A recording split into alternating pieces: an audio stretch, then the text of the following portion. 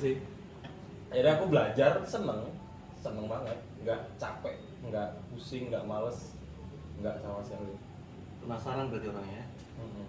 Semua hal aku baca, aku kulik gitu, semuanya. Sampai akhirnya Quran. Nggak percaya aku awalnya, jujur aja aku nggak percaya, ngapain sih kayak gini-gini. Terus sampai ketemulah aku baca itu Al-Kahfi. Kok nggak percaya kenapa? Pola pikir yang aneh gitu, karena bagiku gini, ini nggak substansial benar ya, gitu, nggak substansial, ngerti nggak? Jadi kita kalau misalkan harus hidup, selama ini Quran tuh buat aku Buku sejarah gitu. buku sejarah, ceritain kehidupan di masa lalu, kita ambil hikmahnya, selesai.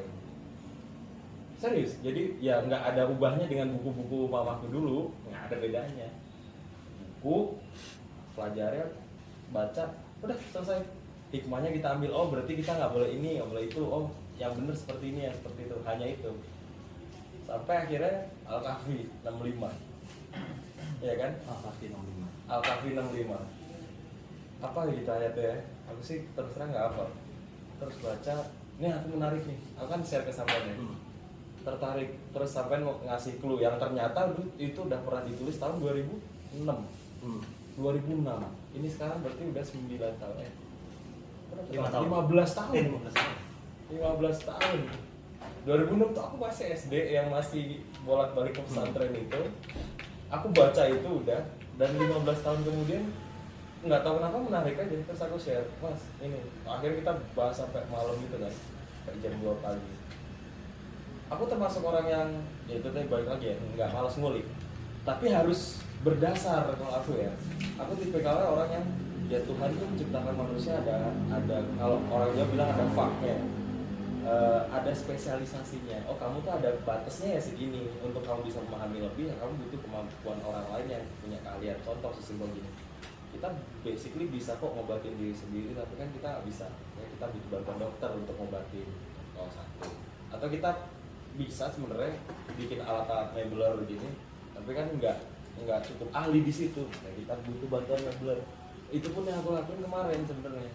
Oh ketemu Quran nih, ketemu 65 nih, kok ada hal-hal yang kayaknya lucu nih, gitu, kayaknya aneh.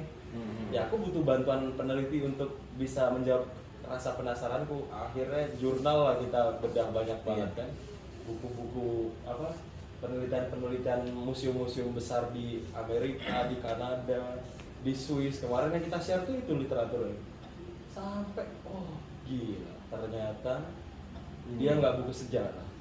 Yang 65 itu yang ini ya, mereka bertemu dengan seorang hamba di antara hamba-hamba kami. Jadi yang Musa disuruh belajar kan? Ya, Musanya clear di situ ditulis kan. Terus dia suruh berjalan di satu tempat yang ikannya akan lompatnya aneh, dia akan masuk ke air dengan cara yang aneh. Gitu dong, kayak di situ kalau salah. Nah, mana nih tempatnya? Emang nggak ada tempat kayak gini gitu kan? Jadi yang selama ini aku tahu, dia punya unsur magic aja gitu Quran tuh. Oh ada kejadian-kejadian aneh. Oh ternyata itu enggak magic, itu logis.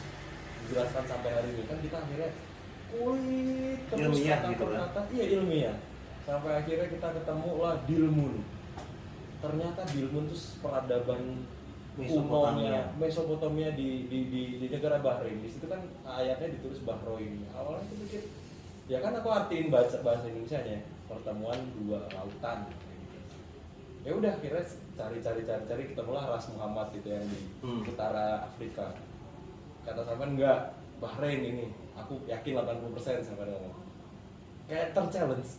Karena aku basicnya emang harus berpikir runut, ada penelitian ilmiahnya. Ya udah aku turutin dengan jalur itu. Aku cari. Yang jurnalnya apa? Museum Britania, Museum Kanada, museum apa? Arkeolog sampai National Geographic liputannya aku tontonin, ketemulah Dilmun telusurin lagi, ada relief di situ. Relief itu kan foto, kalau zaman sekarang itu kan foto sebetulnya. Jadi sesuatu yang kejadiannya diabadikan oleh mata manusia pada saat itu dalam bentuk ukiran gitu.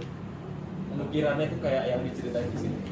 Wah, aku disitu merinding dan hilang ngantuknya. Itu kan kita bahas mulai dari habis Isya kali. 7 jam 8. Energi Quran memang luar biasa. Iya, jam 2 pagi. Nyari. Setengah 3. Dan aku jam 6 udah lari. Ngantor lagi jam 8. dan seger-seger aja. Gitu. Mulai sih takut tertarik.